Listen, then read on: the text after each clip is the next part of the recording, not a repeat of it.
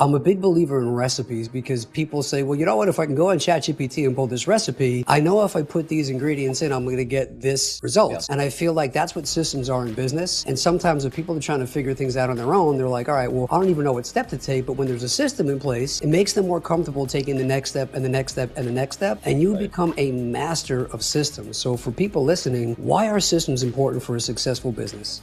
I think, there's this thought that people can be competent, and then there's this other kind of side, which is a conscious competent. It's somebody who understands the steps that got them there. And what I want in my life is I want success that I can replicate. I don't want to be a one-hit wonder and not understand what it takes. So along my journey, one thing that I'm, and I think it's part of the programming that I have, is I am unsatisfied with just a notch in the belt or another level of success. I don't count it success until I actually master the steps to success. So like, you can make $1 million, but can you make $1 million every year? It's like, you can make $10 million, but can you make that every year? It's like, whatever it is, I can make a three-pointer, but can I make a three-pointer 70 or 80% of the time, right? Like, it's like, you have to understand the physics and, kind of process behind it. And so because of that, I never counted a success until I can actually teach someone to do what I did. That takes process. And, again, not everybody's going to take the same steps. They're not all going to follow that path. But it's like, for me, it is about looking back and understanding the steps that I took. And so, it's like, you just talked about ingredients. And ingredients are such a fundamental process to me. Like, I want to know the ingredients of everything. And so, when I remember reading a Patrick Lencioni book years ago,